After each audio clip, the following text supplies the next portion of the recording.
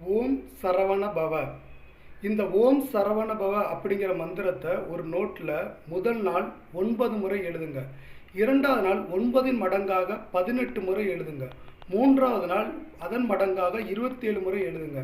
இப்படி 9 மடங்காக எழுதிக்கிட்டே வாங்க.